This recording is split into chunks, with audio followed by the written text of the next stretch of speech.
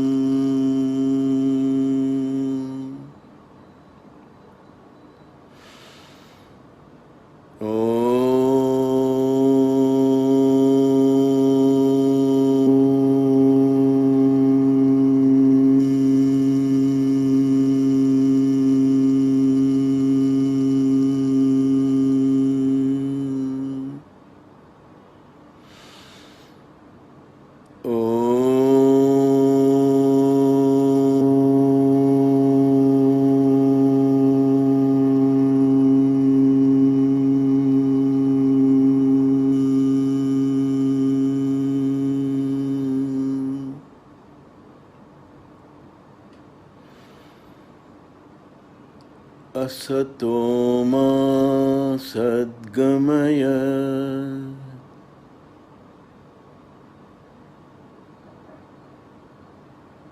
तमसो मा ज्योतिर्गमय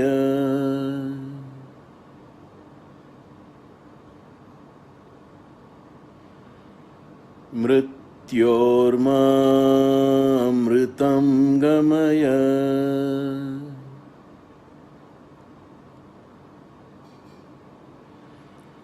ओम शांति शांति शांति।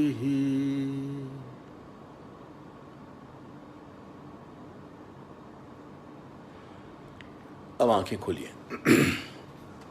साथियों, आज का विषय बहुत महत्वपूर्ण है, क्रिएटिंग हैप्पी रिलेशनशिप्स। रिलेशनशिप्स आज के जीवन में मजाक बनकर रह गई हैं।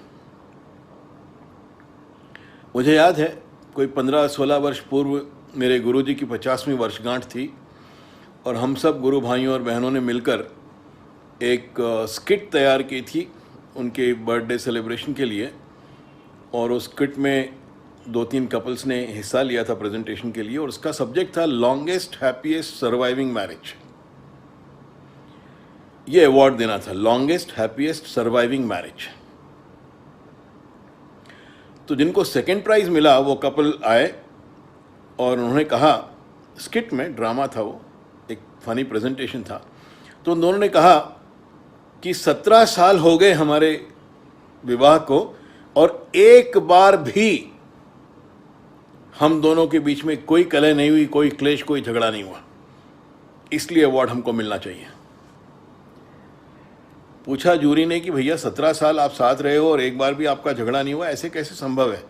पॉसिबल ही नहीं है मैरिज में ऐसा। तो उसने कहा, सर मैं सॉफ्टवेयर इंजीनियर हूं और हम सॉफ्टवेयर इंजीनियर्स हम सिस्टम्स में बिलीव करते हैं। तो जब मेरा विवाह हुआ, विवाह की पहली ही रात को मैंने अपनी पत्नी को बहुत क्लियरली समझा दिया कि देखो, हमको अपने विवाह के आनंद के लिए, हैप्पी सर्वाइवल के लिए सिस्टम बना लेना चाहिए। और सिस्टम हमने उस दिन तय किया दोनों ने मिलकर कि हमारे विवाह का सिस्टम यह है कि दोनों में से किसी एक के भी मन में थोड़ी सी भी प्रवृत्ति भी जागे, टेंडेंसी भी जागे दूसरे स्पाउस से झगड़ा करने की या कलह करने की, थोड़ी सी प्रवृत्ति जागे, मन में विचार भी जागे कि झगड़ा करना है, तो हमारे विवाह का सिस्टम यह है कि मैं बाहर जाके बालकनी में सोऊंगा और तुम अंदर बेडरूम में सोओगी। तो जूरी ने कहा है सिस्टम तो बड़ा अच्छा था, तो फिर पर झगड़ा नहीं हुआ, ऐसा कैसे संभव हुआ? तो उसने कहा बहुत सिंपल है सर, 17 साल से मैं बालकनी में सो रहा हूं, वो बेडरूम में सो रही है। System successful, marriage failure, relationship failure. और जो फर्स्ट प्राइज इनको मिला उनका तो सिस्टम और भी अच्छा था। दोनों आए स्टेज पे और कहा उन्होंने इस ड्रामा में, उस स्किट में, कि 25 वर्ष हो गए हमारे विवाह को और 25 वर्ष में एक बार भी हम दोनों के बीच में कोई क्लेश, कोई कलश, कोई क्लेश, कोई कलह, कुछ नहीं हुआ, एक भी बार झगड़ा नहीं हुआ। तो पूछा जूरी ने कि भाई 25 साल से आपके बीच में कलह नहीं हुई, कैसे संभव है ऐसा, क्या सिस्टम बनाया आपने? तो पत्नी आगे बढ़ी और उसने कहा कि सर, मेरे जो हस्बैंड हैं ये आर्मी में मेजर हैं और जब मेरा विवाह हुआ इनसे तो शिमला में पोस्टिंग थी, तो विवाह के बाद मैं शिमला चली गई, तो हनीमून के लिए कहीं बाहर जाने का सवाल ही नहीं था क्योंकि शिमला खुद ही इतनी सुंदर जगह है। तो पहले ही दिन, शादी के बाद अगले दिन, पहले ही दिन, इनको घुड़सवारी का बड़ा शौक है, आर्मी में मेजर है, तो उन्होंने कहा चलो तुमको शिमला की बर्फीली पहाड़ियाँ में वहाँ पे घुड़सवारी करवा के तुमको दिखाता हूँ मैं। और इन्होंने 2 घोड़े मंगाए और एक घोड़े पे खुद सवार हो गए, एक घोड़े पे मैं सवार हो गई, आगे आगे इनका घोड़ा, पीछे पीछे मेरा घोड़ा। चलने लगे, हम थोड़ी दूर गए बर्फीली पहाड़ियों में और पता नहीं एकाएक क्या हुआ, इनका घोड़ा, इसकी टांग फिसली, वो घोड़ा गिर गया और मेरे पति भी नीचे गिर गया। मुझे बहुत चिंता हुई कि घोड़े से गिरे हैं, चोट लगी होगी। मैं उतरी, अपने घोड़े से कूदकर दौड़ के गई अपने पति के पास, उनको उठाने का प्रयास किया नीचे से, और वो आर्मी में मेजर है तो ऐसे बताया, रुको, उठाने की आवश्यकता नहीं है, मैं खुद उठ जाऊंगा। उठ गए, कपड़े वपड़े झाड़े अपने धूल झटकी कपड़ों से, गुस्से से, क्रोध से घोड़े की तरफ देखा और कहा उसको, फर्स्ट टाइम। मैंने पूछा, ये घोड़ा है, बेजुबान जानवर है, आदमियों की भाषा नहीं समझता है, आप ये क्या उसको फर्स्ट टाइम वार्निंग दे रहे हो? उन्होंने कहा तुम चिंता मत करो, हम आर्मी वाले हैं, हमको पता है घोड़ों को कैसे हैंडल करना चाहिए। और उसके बाद घोड़े पे बैठ गए फिर, और मैं भी अपने घोड़े पे बैठ गई। फिर कुछ दूर चलने लगे हम लोग, उनका घोड़ा सामने, मेरा घोड़ा पीछे, उनका घोड़ा सामने, मेरा घोड़ा पीछे। कुछ दूर गए आगे पहाड़ियों में, बर्फीली पहाड़ियों में, और फिर एकाएक पता नहीं क्या हुआ, दूसरी बार उनके घोड़े का पैर फिसला, वो घोड़ा गिर गया, मेरे पति भी गिर गए। मैं तो बहुत चिंतित हो गई, 2 बार गिर गए, पता नहीं कितनी चोट लगी होगी। बहुत घबरा के मैं अपने घोड़े से कूदी, दौड़ के गई, अपने पति को उठाने का प्रयास किया। उन्होंने कहा रुको, आर्मी वाला हूं, उठाने की आवश्यकता नहीं है। और खुद उठे, अपने पैरों पे खड़े हो गए, कपड़े वपड़े झाड़े, बहुत क्रोध से दांत पीसते हुए घोड़े को देखा और कहा, सेकंड टाइम। मैंने बोला, बेजुबान जानवर है, आदमियों की भाषा नहीं समझता है, क्या वार्निंग दे रहे हो आप इसको ये बार बार? उन्होंने कहा तुम चुप रहो, तुमको पता नहीं है, हम आर्मी वाले, हमको पता है कैसे हैंडल करना चाहिए। और उसके बाद फिर उचक के वो घोड़े पे चढ़ गए, मैं अपने घोड़े पे चढ़ गई, उनका घोड़ा आगे, मेरा घोड़ा पीछे। फिर बर्फीली पहाड़ियों में हम घूमने के लिए निकले, कुछ दूर और गए, और फिर अचानक पता नहीं क्या हुआ, तीसरी बार मेरे पति का घोड़ा फिसला, नीचे गिर गया, मेरे पति भी गिर गए और बहुत उनको चोट लगी होगी ऐसा सोचा मैंने। घबरा के मैं अपने घोड़े से कूदी, दौड़ के अपने पति के पास गई, उठाने का उनको प्रयास किया, रुको, आर्मी वाले हैं, हमको पता है। उठ गए, खुद अपने पैर पे खड़े हो गए, कपड़े वपड़े झाड़े, क्रोध से, गुस्से से घोड़े को देखा, अपने जेब में से पिस्तौल निकाली और ठाए ठाए ठाए 3 बुलेट्स घोड़े को मार दी। लहू लुहान हो गया घोड़ा, बर्फीले पहाड़ पे गिर गया, वो सफेद बर्फ लाल हो गई। मैं तो बिल्कुल घबरा गई, जीवन में इतना खून कभी नहीं देखा। मैंने घबरा के कहा, क्यों किया ऐसा? बेजुबान जानवर, आपकी बात समझता नहीं है, उठा के गोली मार दी, क्यों इतना अत्याचार? उन्होंने पलट के मेरी ओर देखा गुस्से से, क्रोध से, और कहा, फर्स्ट टाइम। बस उसके बाद 25 साल से कोई हम दोनों के बीच में झगड़ा नहीं हुआ। तो आज रिलेशनशिप्स की ऐसी हालत हो गई है, सिस्टम चलता है, विवाह फेल हो जाता है, या थ्रेट में, डर में घबरा कर एक दूसरे से निभा रहे हैं।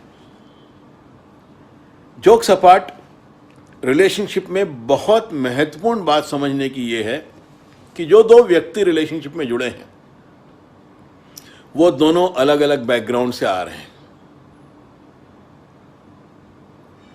ये पहला लेसन है रिलेशनशिप में हमारे लिए सीखने का। उन दोनों की 3 E's अलग अलग हैं। अंग्रेजी में एक अक्षर है ना, ई, 3 E's के प्रोडक्ट हैं हर कोई व्यक्ति अपने जीवन में, हम आज जो भी हैं अपने जीवन में 3 E's की वजह से हैं। पहला ई है एक्सपीरियंसेस, अनुभव हमारे जीवन के। दूसरा ई है एनवायरनमेंट, वातावरण जिसमें हम पले बड़े हैं। और तीसरा ई है एजुकेशन, हमने जिंदगी से क्या सीखा है। इन 3 E's का हम प्रोडक्ट हैं। और रिलेशनशिप में दो व्यक्ति जुड़ते हैं, वो दोनों अपनी अलग अलग 3 E's के प्रोडक्ट्स हैं। और जब वो साथ आ जाते हैं दोनों, तब रिलेशनशिप उनमें शुरू होती है। तो पहला लेसन उनको समझना यह है कि दोनों के 3 E's अलग हैं, हमारे एक्सपीरियंसेस अलग हैं।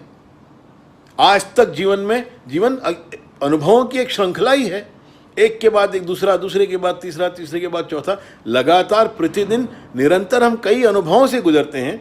और वो सारे अनुभव, उनसे सीखे हुए पाठ, ये हमारे मन में अलग अलग अंडरस्टैंडिंग की लेयर्स बन जाती हैं। और ये जो हमने सीखा है अपने पिछले अनुभवों से, हम उन पर्दों से, उन फिल्टर्स से जीवन की वर्तमान परिस्थितियों को देखते और समझते हैं, लोगों को देखते और समझते हैं। हमारे अनुभव हमारी पर्सनालिटी का एक हिस्सा बन जाते हैं। एक बड़ी सुंदर कहानी है। एक साहब टैक्सी में बैठे कहीं जा रहे थे। एक प्रश्न पूछना था उनको ड्राइवर से, छोटा सा। तो उन्होंने ड्राइवर की पीठ के पीछे, उसकी पीठ पे हाथ रखा।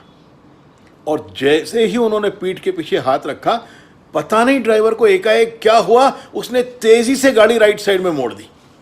सामने से एक लोडेड ट्रक आ रही थी और गाड़ी भिड़ने वाली थी ट्रक से। उसको बचाने के लिए फिर तेजी से लेफ्ट साइड में मोड़ दी। बूढ़ी औरत चल रही थी फुटपाथ के ऊपर और गाड़ी कुचलने वाली थी उसको बचाने के लिए फिर तेजी से राइट साइड में गाड़ी मोड़ी। एक फैक्ट्री के गेट में गाड़ी घुसने वाली थी, अचानक तेजी से ब्रेक मारा ड्राइवर ने और गेट से 2 इंच दूर तेज ब्रेक की चरमराहट के साथ गाड़ी रुकी। इतनी घबराहट, अगले 30 सेकंड कोई कुछ नहीं बोला। फिर ड्राइवर ने क्रोध में पीछे देखा पैसेंजर को और कहा उससे, भगवान के लिए जब मैं गाड़ी चला रहा हूं तो मेरी पीठ पे हाथ मत रखो। पैसेंजर ने बोला, मैं तो एक छोटा सा प्रश्न पूछना चाह रहा था तुमसे, इसलिए पीठ पे हाथ रखा। मुझे क्या पता था कि पीठ पे हाथ रखने से इतना बड़ा बवाल खड़ा हो जाएगा। क्या हुआ तुमको? पैसेंजर फिर मुस्कुराया और फिर उसने बोला, नहीं एक्चुअली ये तुम्हारी प्रॉब्लम नहीं है, ये मेरी प्रॉब्लम है। मैं पहली बार जिंदगी में टैक्सी चला रहा हूं। पैसेंजर ने बोला, गाड़ी तो तुम अच्छी चला रहे थे, पहली बार चला रहे, ऐसा दिखा नहीं मुझे, गाड़ी तो ठीक ही चला रहे थे तुम। ड्राइवर ने बोला, नहीं गाड़ी मेरे को चलानी आती है, मैं 20 साल से गाड़ी चला रहा हूं, पर 20 साल से मैं एक वैन चला रहा था, आज मैं पहली बार एक कार चला रहा हूं। पैसेंजर और कंफ्यूज हो गया। उसने बोला, भैया वैन में और कार में इतना क्या बड़ा फर्क है? पैसेंजर का, नहीं वो बात नहीं है, 20 साल से जो मैं कार चला रहा था, जो वैन में चला रहा था, वो एक हॉस्पिटल की वैन थी और उस वैन में प्रतिदिन मैं लाशें लेकर जाया करता था। आज पहली बार कार चला रहा हूं, तुमने पीछे से हाथ रखा तो मैं घबरा गया कि कहां कोई लाश खड़ी हो गई और मुझे जागने के लिए, उठने के लिए कह रही, इसलिए इतना घबरा गया मैं। 20 साल से वैन में लाशें ढो रहा है और आज पहली बार एक जीवित व्यक्ति पीछे बैठा है गाड़ी में, उसने हाथ रख दिया तो वो घबरा गया। हमारे अनुभव ये हमारी पर्सनालिटी का एक हिस्सा बन जाते हैं और हम वर्तमान परिस्थितियों को उन पाठों से, उन सीखों से, उन अनुभवों की यादों से देखना और पहचानना चाहते हैं। ये पहला ई है एक्सपीरियंसेस। दूसरा ई है एनवायरनमेंट, किस प्रकार के वातावरण में हम पले बड़े हैं। पारिवारिक वातावरण, सांस्कृतिक वातावरण, सामाजिक वातावरण, धार्मिक वातावरण, ये डिफरेंट लेयर्स हैं वातावरण की और इन सब का भी हमारी पर्सनालिटी पर एक असर पड़ता है। मेरे पास एक काउंसलिंग के लिए एक पेयर आया था, एक कपल आया था। अभी साल भर भी नहीं हुआ उनके विवाह को, लव मैरिज है और दोनों अब डिवोर्स लेना चाहते हैं। मैंने पूछा क्या इतनी बड़ी प्रॉब्लम क्या होगी साल भर में जिसकी वजह से आप डिवोर्स लेना चाहते हो? और पति कहता है इसके साथ रहना बहुत मुश्किल है, ये दिन में कम से कम 30 बार 40 बार मुझे इडियट, स्टूपिड, फूल कहती है। मैंने पूछा पत्नी से कि तुम इतनी बार इसको इडियट, स्टूपिड, फूल क्यों कहती हो? एकाएक विवाह के बाद कोई नई बात समझ में आ गई तुमको? उसने कहा मैं बहुत प्यार से कहती हूँ इडियट, स्टूपिड और फूल। मैंने कहा ये प्यार से कहने वाले शब्द हैं क्या? उसने कहा हाँ, मुझे तो बचपन से मेरे पिताजी आर्मी में थे और वो तो बात बात में मुझे स्टूपिड, फूल, इडियट कहते थे बहुत प्यार से, और मैं भी इसको प्यार से ही कहती हूँ। मैंने कहा बेटा प्यार से कहने का ढंग डार्लिंग, स्वीट हार्ट, हनी, ये सब है, स्टूपिड, इडियट, फूल नहीं है। तो आप अपनी शब्दावली थोड़ा बदलने का प्रयास करो। और मैंने इसको पूछा कि ठीक है अगर वो प्यार से कह रही है तुमको स्टूपिड, फूल, इडियट, तो तुमको इतनी परेशानी क्या है उसके इन 3 शब्दों से? प्यार से कह रही है ना, वास्तव में ये तो नहीं कह रही है कि तुमसे कि तुम बेवकूफ़ हो। उसने कहा नहीं सर मुझे ये शब्द पसंद नहीं है। मैंने कहा क्यों पसंद नहीं है शब्द तुमको? अब उसका एनवायरनमेंट ये था कि वो ब्राह्मण फैमिली का लड़का, पिताजी बचपन में उसको नहला के सुबह सुबह श्लोक और मंत्र वो सब पढ़ाते थे, और यदि स्वर उसका सही नहीं होता, श्लोक का उच्चारण सही नहीं होता, तो वो ठुल्ला मारते थे उसके सर के ऊपर और कहते थे इडियट, स्टूपिड, फूल, उच्चारण सही नहीं है तुम्हारा। अब उसके सबकॉन्शियस माइंड में, उसके अवचेतन मन में इडियट, स्टूपिड, फूल मतलब मूर्ख, बेवकूफ। ये प्यार से उसको डार्लिंग की जगह इडियट कहती है, और उसका ट्रांसलेशन उसके मन में होता है स्टूपिड, फूल, इडियट, मूर्ख। छोटी छोटी बातों पर हम एक दूसरे को सहन करना हमने बंद कर दिया है, पर एनवायरनमेंट जो है हमारा, जिसमें हम पले बड़े हैं, उनका बहुत बड़ा असर हमारे ऊपर होता है। धार्मिक एनवायरनमेंट का, कल्चरल, सांस्कृतिक एनवायरनमेंट का, ये सारे हमारे मन की कल्चरिंग है। और तीसरा ई है एजुकेशन।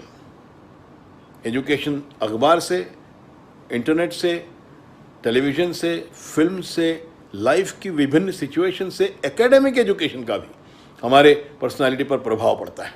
एकेडमिक एजुकेशन का भी प्रभाव पड़ता है। एक उदाहरण देता हूँ, मान लो आप सुबह सुबह सवेरे सैर के लिए निकले और फुटपाथ पे आपने एक बहुत सुंदर पौधा देखा, उसमें गुलाब का फूल लगा हुआ है, और उस गुलाब के फूल की एक पंखुड़ी पर बहुत नज़ाकत से एक छोटी ओस की बूंद डेलिकेटली बैलेंस्ड है, और आप गुजर रहे हो उसके पास से, और मान लो आप कॉमर्स ग्रेजुएट हो, तो आप गिनना शुरू कर दोगे, अकाउंटिंग शुरू कर दोगे कि यार कल तो 6 ओस की बूंदें थी, आज 5 कैसे हो गई, 1 क्यों घट गई? क्योंकि आपने अकाउंटिंग सीखी है। आपका सारा जिंदगी को देखने का तरीका ही अकाउंटेंट वाला तरीका है।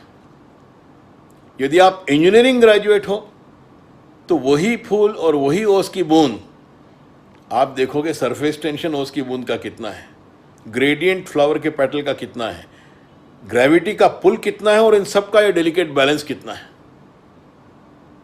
अगर आप साइंस के विद्यार्थी हो तो उसी फूल पर वही बूंद देखकर आपको इलेक्ट्रॉन्स, प्रोटॉन्स और न्यूट्रॉन्स उसके एटम्स में दौड़ते हुए परमाणु में आपको वो दिखाई देंगे।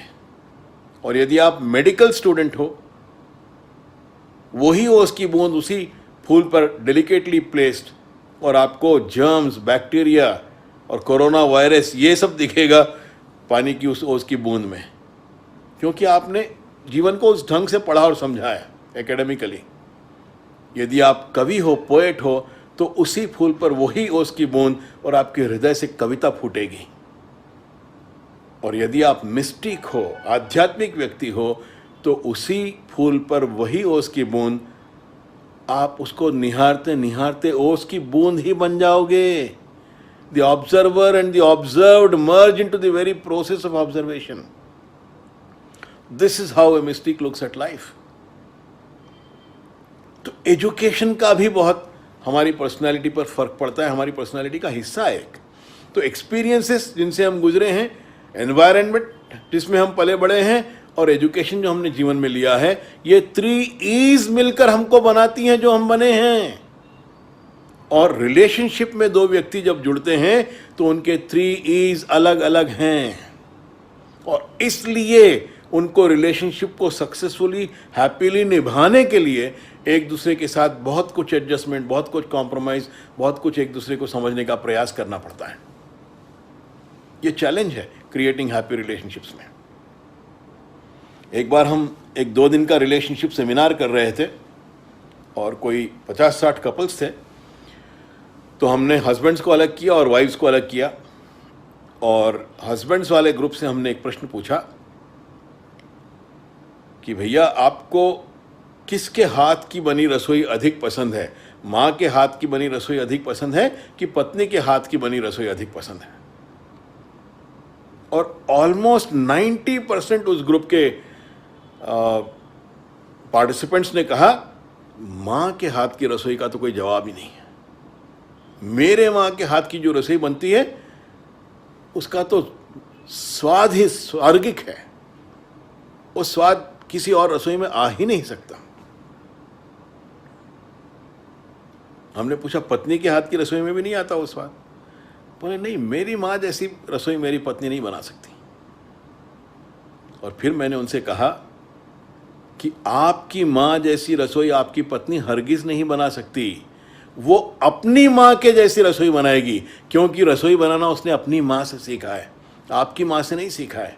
और ये आपका चैलेंज है कि उसका जो सीखा हुआ रसोई बनाने का तरीका है उसको आप अपनी माँ के तरीके से मैच करो, उसको सपोर्ट करो, grow her along with you in this relationship. यदि आप उसको स्टार्ट ही ये बोल के करोगे कि मेरी माँ जैसी रसोई तुम नहीं बना सकती, तो इस संबंधों में सबसे पहली रुकावट, पहला इंपेडिमेंट आपकी तरफ से डाल रहे हो आप।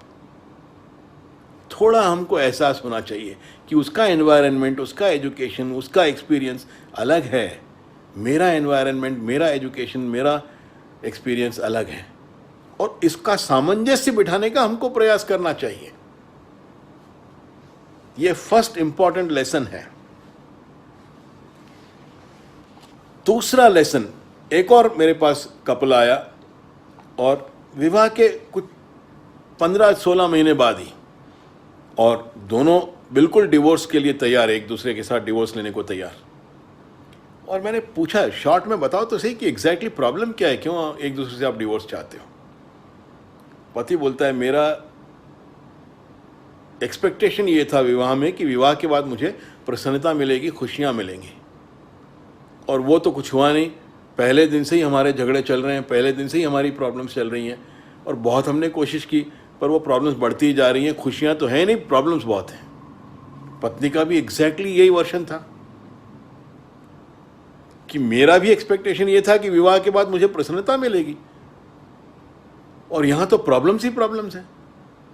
तो जब इतने प्रॉब्लम्स हैं तो साथ में क्यों रहें? Divorce is better. मैंने कहा डिवोर्स करने के बाद क्या करोगे? दूसरी शादी करोगे? उसका नेचुरल है, अभी तो यंग एज है। तो मैंने कहा दूसरी शादी में इससे ज़्यादा प्रॉब्लम्स नहीं होंगी, इसकी कोई गारंटी है? उनको एक धक्का जैसा लगा। मैंने कहा this is a known devil, वो अननोन डेविल है दूसरा वाला, और इससे ज़्यादा प्रॉब्लम्स वहाँ नहीं होंगी, इसकी कोई गारंटी थोड़ी है। एंड दूसरी बात मैंने कही उनसे, याद रखो, you are begging happiness from your partner, you are begging happiness from this partner, two beggars of happiness joining in a relationship, you think happiness will increase? Beggary will increase, भीख बढ़ेगी, क्योंकि दोनों भिखारी हो प्रसन्नता के, एक दूसरे से भीख मांग रहे हो प्रसन्नता की। अरे रिलेशनशिप में जुड़ना है तो बी गिवर्स ऑफ हैप्पीनेस। ये सोचो कि मैं क्या कर सकता हूं अपने पार्टनर को प्रसन्न करने के लिए, and let the other partner also come from that understanding कि मैं क्या कर सकती हूं अपने पार्टनर को प्रसन्न करने के लिए। In a relationship you have to come from being a giver of happiness, you can not be a beggar of happiness. This is not right. See, तुम्हारी एक स्पेस है, तुम्हारी एक स्पेस है। जब रिलेशनशिप में आप जुड़ते हो तो अवर स्पेस बनानी पड़ती है हमको, और वो पूरी अवर स्पेस एक नहीं हो जानी चाहिए। अपनी कुछ इंडिविजुअलिटी आप अपनी अपनी स्पेस रख सकते हो बाकी, पर अवर स्पेस को बढ़ाकर हमारी स्पेस से इस आवर स्पेस को हम कितना हैप्पी बना सकते हैं, और ये अपनी स्पेस से इस आवर स्पेस को कितना हैप्पी बना सकता है. How much of happiness can we create in our space. अपनी इंडिविजुअलिटी भी हो, हमको अपनी रिलेशनशिप में सांस लेने की स्पेस भी हो, हम अपने इंडिविजुअल रिलेशनशिप्स, हम अपनी इंडिविजुअल वैल्यूज को जो इंपॉर्टेंस देनी है वो दे सकें, और जब साथ आए तो आवर स्पेस में हम क्या यूनिकनेस ला सकते हैं, हम क्या हैप्पीनेस ला सकते हैं, हम क्या एक दूसरे के साथ प्रेम भरी बातें कर सकते हैं, उसको हम कितना एनरिच कर सकते हैं आवर स्पेस को. और जब यहां से थोड़ा सा मन भरने लगे तो फिर माई स्पेस. बहुत महत्वपूर्ण है इस बात को समझना. You should not be beggars of happiness. और एक महत्वपूर्ण बात समझने की यह है कि मेल और फीमेल, इन दोनों की एनर्जी अलग अलग है, इन दोनों का ओरिएंटेशन अलग अलग है. दोनों के बीच में रेस नहीं हो सकती. दोनों बराबर नहीं है, इक्वल नहीं है, पर दोनों कॉम्प्लीमेंट्री हैं. रेस नहीं होना चाहिए. यह नहीं कि इनहेलेशन ज्यादा इंपॉर्टेंट है कि एक्सहेलेशन ज्यादा इंपॉर्टेंट है. अरे बिना इनहेल किए आप एक्सहेल नहीं कर सकते, और बिना एक्सहेल किए आप इनहेल नहीं कर सकते. रेस नहीं है, कंपटीशन नहीं है, पर दोनों कॉम्प्लीमेंट्री हैं. और एनर्जीज दोनों की अलग अलग है. लॉजिक मेल एनर्जी है, लव फीमेल एनर्जी है, इंडिपेंडेंस मेल एनर्जी है, फीमेल एनर्जी डिपेंडेंस है. और life is not being dependent और life is not being independent, life is being interdependent. Male energy competitive है, फीमेल एनर्जी कोऑपरेटिव है, और दोनों का सम्मिश्रण होना चाहिए. जहां प्लेस हो वहां कंपटीशन भी करो, और जहां प्लेस नहीं हो वहां कोऑपरेशन भी करो. यह एनर्जी चाहिए. मेल एनर्जी इनसिक्योरिटी पसंद करती है, चैलेंजेस पसंद करती है. फीमेल एनर्जी सिक्योरिटी पसंद करती है, सुरक्षा चाहती है. उसको सुरक्षा चाहिए. वो बचपन से बड़ी होती है 20-25 साल, तो पिता की सुरक्षा में बड़ी होती है, पिता के प्यार में बड़ी होती है, उसके प्रेम में बड़ी होती है, और उसको कुछ और सोचने की आवश्यकता नहीं है. और पिता उसको प्रेम भी थोड़ा ज्यादा करता है, क्योंकि उसको पता है कि एक दिन तो इसको चला ही जाना है. तो प्रेम भी वो बहुत उसको अधिक देता है, सुरक्षा भी बहुत अधिक देता है. और यहां पति की मां है, उसने भी उसको बहुत प्यार किया है. पति को 9 महीने अपने गर्भ में रखा है, 25 साल उसको बड़ा किया है, तो उसको भी असुरक्षा होती है, मां को भी, कि अब इसकी पत्नी आ जाएगी, इसका विवाह हो जाएगा, तो ये मुझे उतना प्यार करेगा कि नहीं करेगा, बदल तो नहीं जाएगा. और वहां से वो पत्नी, उसकी 25 साल की सुरक्षा अपने पति की, अपने पिता की, उससे छूटकर जब वो आती है पति के भरोसे सुरक्षा चाहती है, तो उसमें भी असुरक्षा की भावना है, इनसिक्योरिटी बहुत है कि क्या मेरा पति मुझसे उतना ही प्यार करेगा जितना मेरे पिता ने मुझसे किया है. और यहां मां में भी वही असुरक्षा है कि क्या मेरा बेटा विवाह के बाद मुझसे उसी तरह प्यार करेगा जैसे विवाह के पहले करता था. और इसलिए मदर इन लॉ और डॉटर इन लॉ, सास और बहू की प्रॉब्लम्स बहुत अधिक हैं आपस में. आपको फादर इन लॉ और डॉटर इन लॉ की प्रॉब्लम्स बहुत कम दिखेंगी, पर इन दोनों की प्रॉब्लम्स अधिक रहेंगी. अधिक इसलिए है क्योंकि दो असुरक्षित आत्माएं, दो इनसिक्योर लेडीज, ये दोनों असुरक्षा में हैं, और इसलिए घबराहट है. तो पत्नी चाहती है पति मेरे साथ रहे, मेरा फेवर करे. मां चाहती है बेटा मेरे साथ रहे, मेरा फेवर करे. और इसमें बेटे की भूमिका, पति की भूमिका बहुत ही महत्वपूर्ण हो जाती है. उसको उन दोनों को सुरक्षा की भावना देना पड़ता है. उसको अपने पत्नी को सुरक्षा की भावना देना पड़ता है कि आई लव यू, मैं तुमसे बहुत प्रेम करता हूं, पर तुमसे प्रेम साबित करने के लिए मुझे अपनी मां का अपमान करना आवश्यक नहीं है, क्योंकि मैं उससे भी बहुत प्रेम करता हूं. और अपनी मां को भी उसको यही सुरक्षा की भावना देनी चाहिए कि मैं तुमसे बेहद प्यार करता हूं, बहुत प्रेम करता हूं, पर तुम्हारे प्रति अपने प्रेम को साबित करने के लिए मुझे अपनी पत्नी का अपमान करने की आवश्यकता नहीं है, क्योंकि मैं उससे भी बहुत प्रेम करता हूं. और यदि तुम मुझसे बहुत प्रेम करती हो तो मेरे प्रेम के फलस्वरूप तुमको उससे भी प्रेम करना चाहिए, उसका भी सम्मान करना चाहिए। और पत्नी को भी वो यही मैसेज दे कि मैं तुमसे बहुत प्रेम करता हूं, अपनी मां से भी बहुत प्रेम करता हूं, और इसलिए तुमको मेरी मां का सम्मान करना चाहिए क्योंकि मैं उससे बहुत प्रेम करता हूं और तुम मुझसे बहुत प्रेम करती हो। ये दोनों में भाव, ये बैलेंस, उसको टाइट रोप वॉकिंग करनी बहुत आवश्यक है, क्योंकि यदि ये बैलेंस ठीक नहीं होगा तो उस संबंध में बहुत प्रॉब्लम आएगी। और एक बार उस टाइट रोप वॉकिंग में आप वो दोनों साइड का बैलेंस रॉड लेके चलते हो, एक बार वो रॉड टिल्ट ज्यादा हो गया किसी एक साइड में तो फिर आप गिर पड़ोगे, उसके बाद उठ के वापस उस संबंध को ठीक करना बहुत कठिन हो जाता है। तो ये बहुत सुंदर बैलेंस, ये पति की जिम्मेदारी है, यहां पर पुत्र की जिम्मेदारी है कि वो दोनों को बिल्कुल एक दूसरे के साथ बैलेंस में साध कर रखे। अत्यंत महत्वपूर्ण बात है, समझने जैसी। और पत्नी को यह भी समझना चाहिए कि अगर उसकी कामना यह है कि मुझे प्रसन्न रखने के लिए पति अपनी मां को छोड़ दे, और यदि वो वास्तव में छोड़ देता है तो इसमें प्रसन्न होने की बात नहीं है, क्योंकि ये सिर्फ एक बात साबित करता है कि वो बहुत मतलबी है। आज उसको पत्नी की आवश्यकता है और इस मतलब को साधने के लिए उसने अपनी 25 साल पुराने संबंध को, अपनी मां को छोड़ दिया है, जिसने 9 महीने उसको पेट में रखा है, पाल पोस के बड़ा किया है। अगर आज वो पत्नी के लिए अपनी मां को छोड़ सकता है तो कल किसी और स्त्री के लिए अपनी पत्नी को भी छोड़ सकता है। ये बात ध्यान रखने जैसी है। तो इसलिए ये पत्नी के फेवर में नहीं है कि वो ये अचीव करने का प्रयास करे कि वो मेरा हो जाए और अपनी मां को छोड़ दे। न मां के फेवर में ये है कि वो ये अचीव करने का प्रयास करे कि बेटा मेरा हो जाए, वो अपनी पत्नी से प्यार नहीं करे।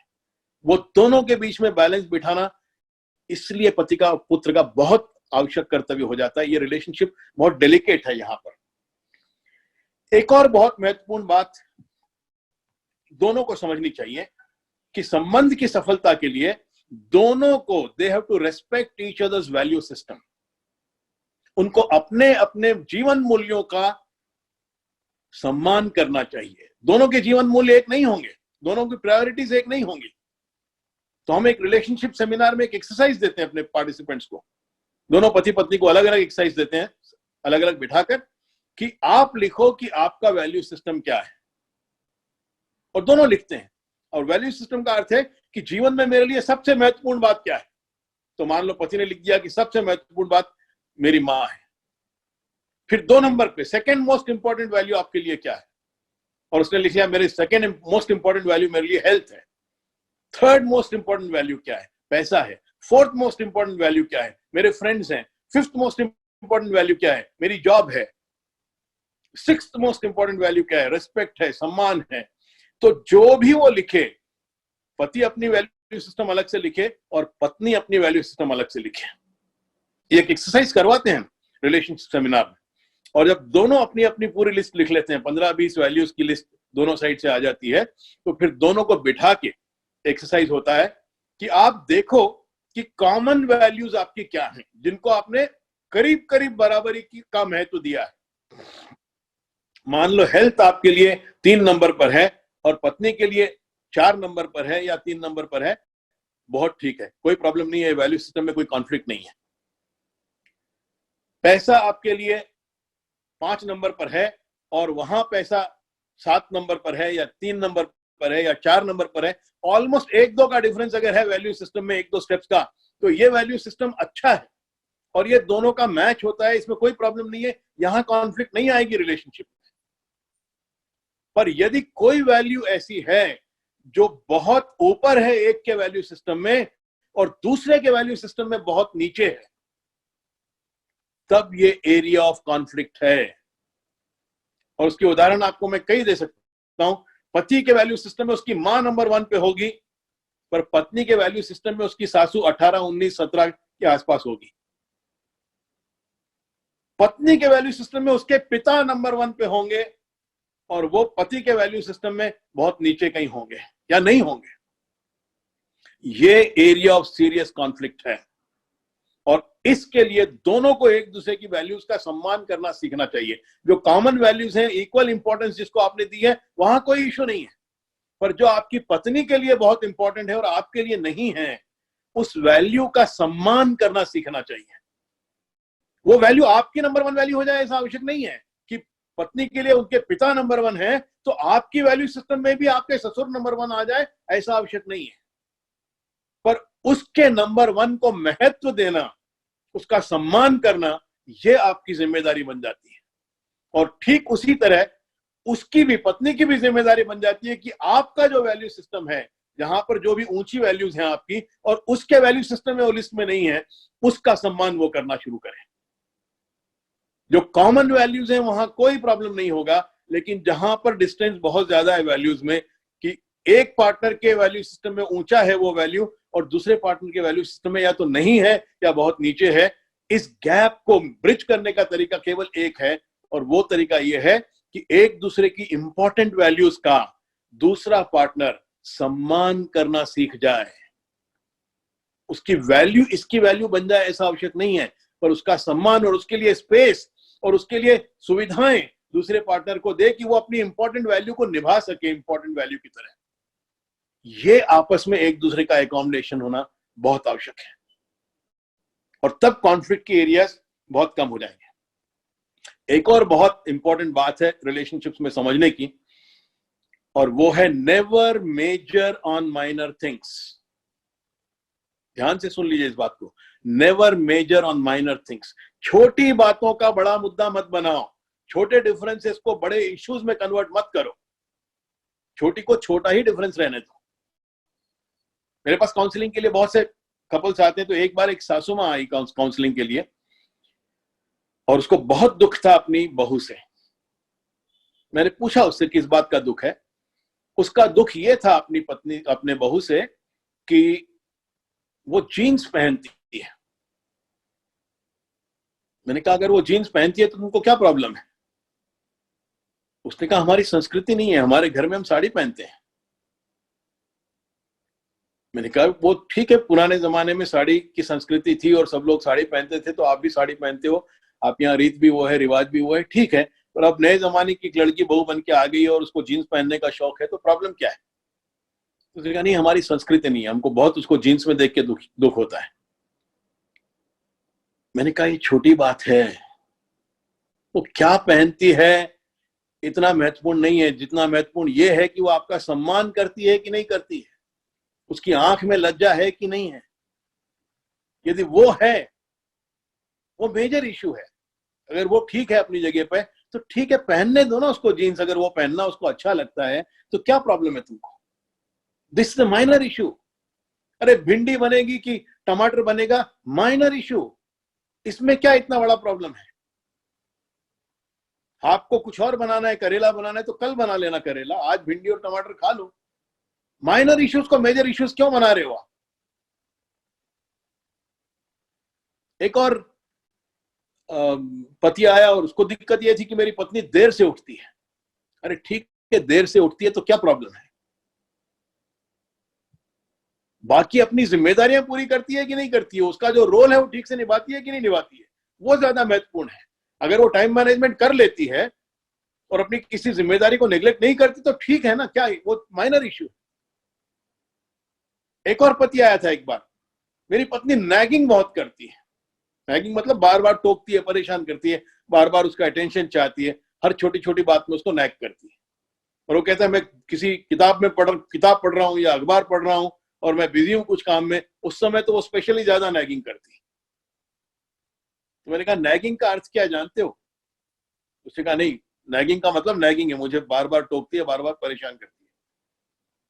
मैंने कहा नैगिंग का अर्थ है कि वो अटेंशन चाहती है, तो अटेंशन दो, that's all that she is seeking, she wants attention. उसने कहा नहीं सर ये कोई सोल्यूशन थोड़ी है, वो नैगिंग बहुत करती है, मैं कई बार तो परेशान हो जाता हूँ। कुछ दिन पूर्व तो मैंने उठा के चाय का कप तोड़ दिया, उसके ऊपर फेंक दिया, इतना नैगिंग कर रही थी वो। मैंने कहा भैया तुम अपने क्रोध पर कंट्रोल नहीं कर सकते हो, ये तुम्हारी प्रॉब्लम है, लेकिन nagging is only seeking attention, तो थोड़ा पॉजिटिव अटेंशन दो ना, प्रॉब्लम क्या है तुमको? उसने कहा नहीं सर, आप मुझे कोई प्रैक्टिकल सॉल्यूशन बताइए। तो मैंने उसको प्रैक्टिकल सॉल्यूशन, मैंने देखो तुम अभी नैगिंग से इरिटेट हो रहे हो, change the context, you start enjoying the nagging. तुम उसकी नैगिंग को ध्यान से देखो और उसको एंजॉय करो नैगिंग को। उसके समझ में बात नहीं आई। फिर मैंने बोला तुम ट्राई तो करो। और 2-4 दिन बाद जब वो मिला एक बार फिर वापिस मुझसे, तो मैंने पूछा क्या हुआ? तो बोले सर नैगिंग, उसमें इतनी सुंदर टेक्निक है नैगिंग की, इतनी कम्युनिकेशन स्किल है। मैंने जब पहली बार ध्यान से देखा उसको कि वो नैगिंग कैसे करती है, बहुत सुंदर तरीके से नैगिंग करती है। कितनी कम्युनिकेशन स्किल है उसकी, tonality, voice modulation, body language. उसने कोई कम्युनिकेशन क्लासेस कहीं नहीं की है, पर बहुत सुंदर कम्युनिकेशन उसका नैगिंग का होता है। और पहली बार मैंने एंजॉय की उसकी नैगिंग, तो बहुत अच्छा लगा। और मैंने उसको देखा, मैंने कहा बहुत सुंदर नैग करती हो।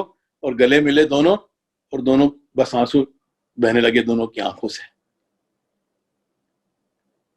कोई 6-8 महीने बाद वापिस मिले वो, और पूछा क्या हुआ, नैगिंग कैसे चल रही है?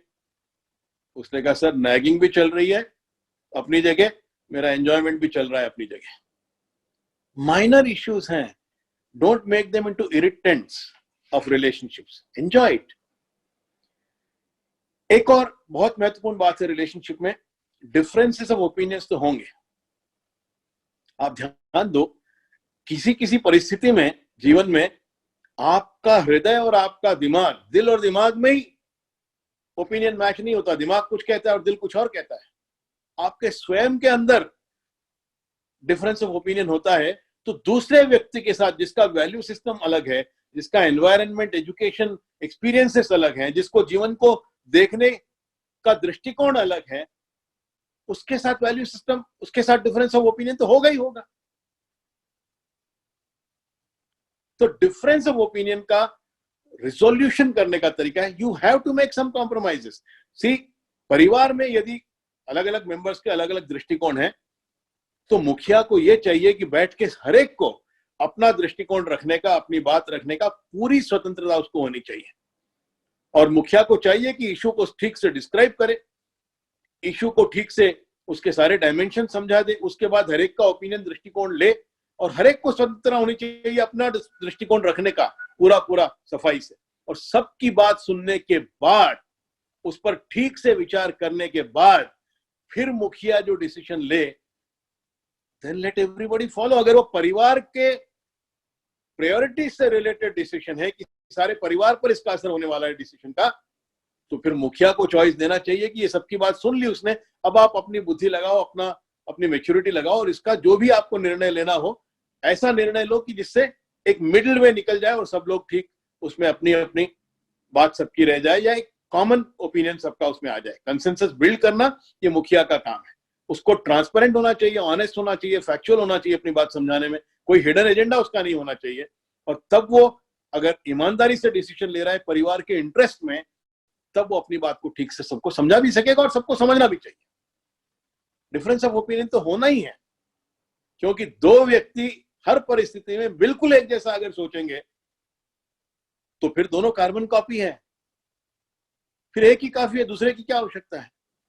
अरे जीवन इतना सुंदर इसलिए है कि हम में से हर एक अलग अलग प्रकार का व्यक्ति है, अलग अलग सुगंध लेकर आते हैं, इसलिए बगीचा इतना खूबसूरत है। सारे ही गुलाब हो जाए बगीचे में तो फिर रौनक क्या रहेगी?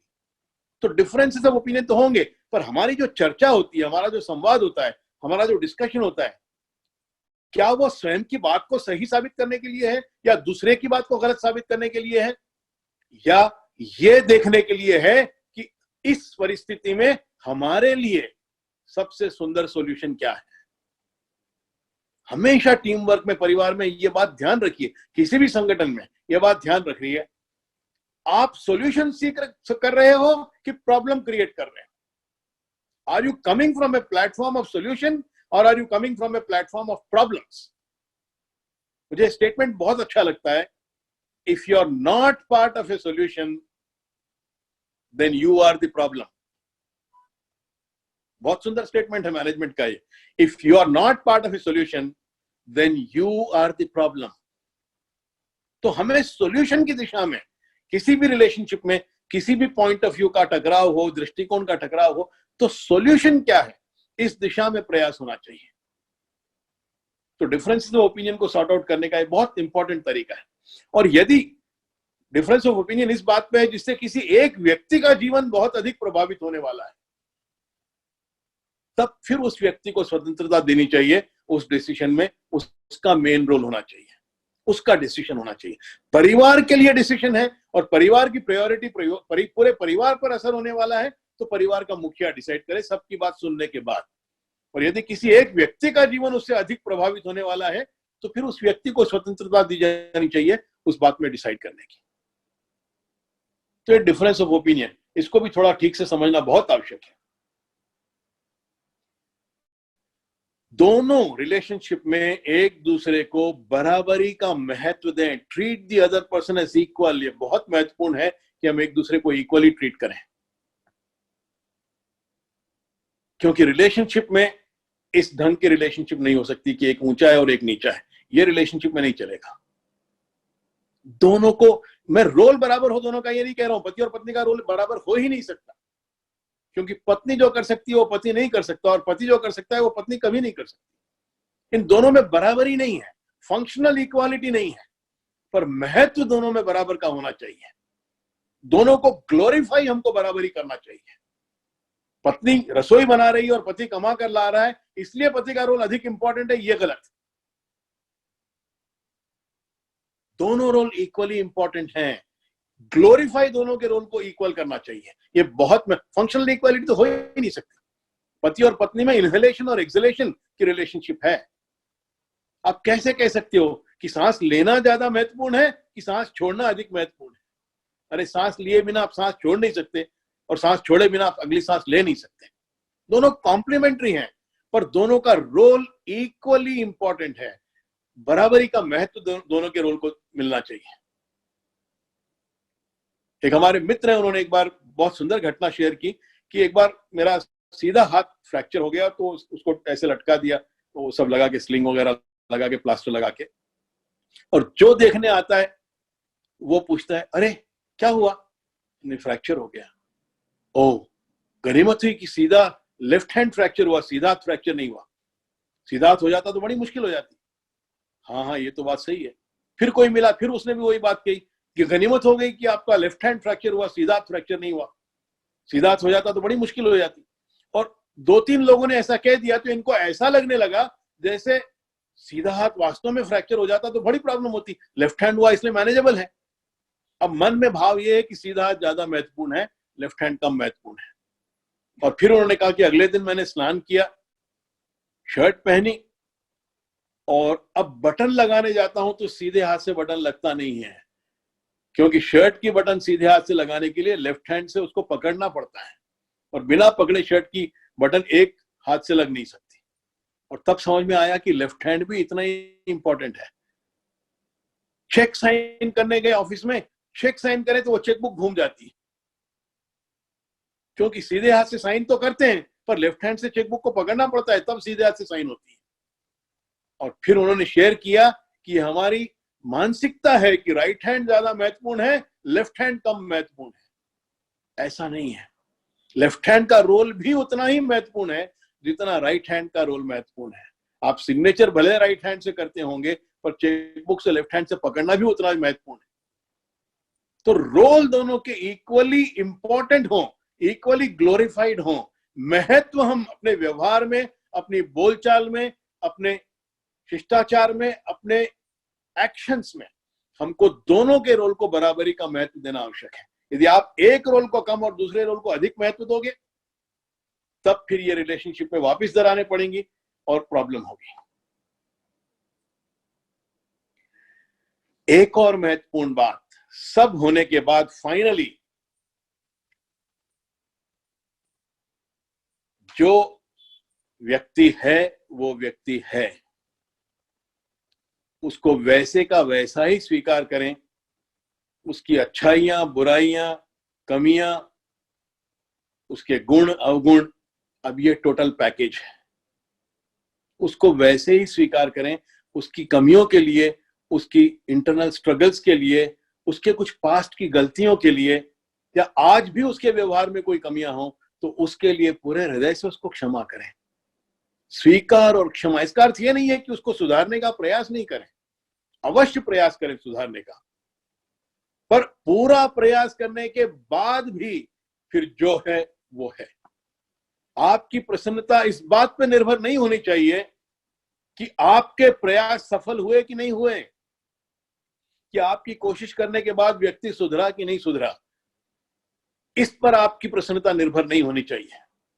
आपकी प्रसन्नता का स्रोत आपके अंदर होना चाहिए, कि आपकी प्रसन्नता इस बात से होनी चाहिए कि मैंने पूरा प्रयास किया उसको ठीक करने का। अब नहीं है तो नहीं है, फिर यह पैकेज है आपके जीवन का जो है सो है। आपको फिर भी प्रसन्न रहना सीखना चाहिए, क्योंकि मैंने पूरा प्रयास किया, और ये निरंतर प्रयास करते ही रहना चाहिए, और आउट ऑफ हैप्पीनेस प्रयास करते रहना चाहिए। मुझे वो दिलवाले दुल्हनिया ले जाएंगे कि एक बहुत सुंदर उसका एक सीन है, मुझे बार बार याद आता है। वो हीरोइन है सिमरन, और उसको यूरोप की ट्रिप पे जाना है 1.5 महीने के लिए मित्रों के साथ, और पिता उसके बड़े खड़ूस हैं, वो जाने की परमिशन देंगे नहीं उसको। तो सिमरन एक पर्टिकुलर सीन में अपनी माँ को यूज करती है कि मम्मी तुम समझाओ कैसे भी करके पिताजी को, और मुझे परमिशन चाहिए, मुझे यूरोप की ट्रिप पे जाना है। और माँ कहती है कि भूल जाओ, ये सब नहीं होने वाला है, वो कभी अलाउ नहीं करेंगे, महीना 1.5 महीना तो बहुत आउट ऑफ क्वेश्चन है, अकेली तुम पूरे यूरोप की ट्रिप पे मित्रों के साथ, वो कभी अलाउ नहीं करेंगे, बहुत ऑर्थोडॉक्स ट्रेडिशनल माइंडसेट है उनका, वो बिल्कुल अलाउ नहीं करेंगे, भूल जाओ, ये उम्मीद ही मत रखो कि हो सकता है। और फ्रस्ट्रेशन में वो कहती है हीरोइन, मामा हमें सपने भी देखने का हक नहीं है। और माँ बहुत सुंदरता से कहती है, सपने जरूर देखो सिमरन, सपने जरूर देखो, पर सपनों के सच होने की शर्त मत रखो। तो ये एक्सपेक्ट करो, ये सपने देखो कि मेरा पार्टनर परफेक्ट हो, और उसको परफेक्ट बनाने के लिए जो आपको करना हो प्रयास वो करो, पर आपकी प्रसन्नता इस बात पर निर्भर नहीं होनी चाहिए कि वो परफेक्ट हो जाए। आपके पूरे प्रयास से आपको प्रसन्नता होनी चाहिए, और पूरे प्रयास के बाद फिर वो जैसा है जो है वो आपका पैकेज है। पूरा परफेक्ट पैकेज किसी रिलेशनशिप में नहीं है, इस बात को बहुत अच्छी तरह से समझना चाहिए। और हमारी प्रसन्नता इस बात से होनी चाहिए कि मैंने पूरा प्रयास किया अपनी रिलेशनशिप को परफेक्ट बनाने का। और फाइनली जो सबसे महत्वपूर्ण बात रिलेशनशिप में है, और ये बात समझना बहुत कठिन है किसी के लिए भी, इसलिए मैंने अंत में रखी ये बात, प्रेम आपका रिलेशनशिप में निश्शर्त होना चाहिए। Love should be unconditional. Love को समझा ही जाना बड़ा मुश्किल है, बहुत अब्यूज करते हैं हम इस शब्द को, बहुत अब्यूज करते हैं। रिलेशनशिप में प्रेम, लव शुड बी अनकंडीशनल। इस बात को समझाने के लिए मैं थोड़ा शॉकिंग प्रोसेस करता हूं रिलेशनशिप सेमिनार में, कई बार यहां भी आपके साथ करूंगा। मान लो मैं पूछूं आपसे कि आप में से कितने लोग हैं जो ये दावा करते हैं कि अपने पति या पत्नी के साथ बहुत प्रेम करते हैं।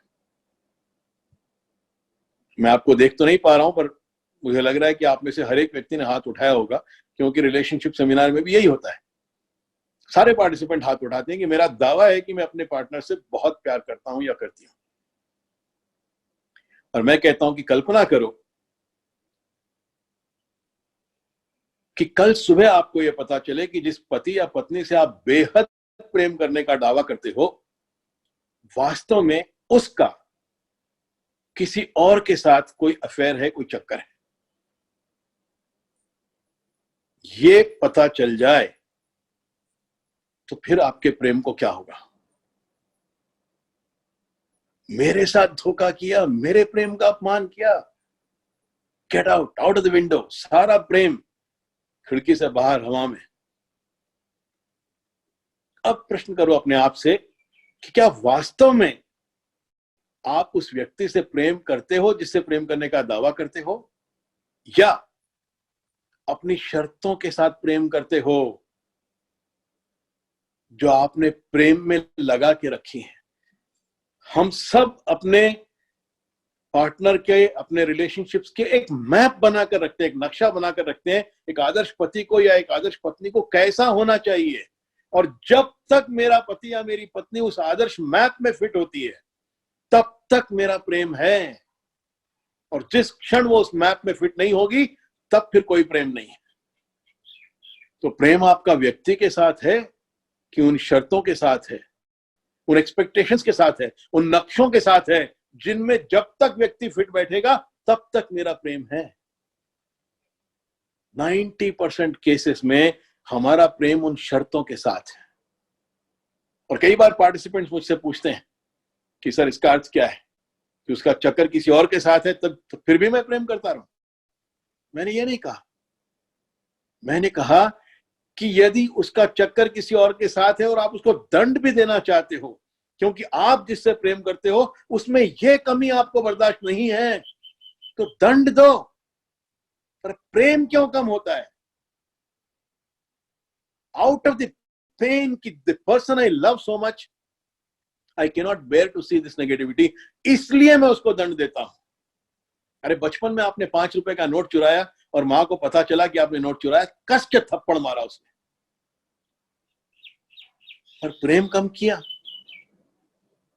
प्रेम उसका वैसा ही था, क्योंकि बेटा मेरा बहुत प्यारा है, आई लव दिस चाइल्ड, तो दंड भी दो आउट ऑफ लव।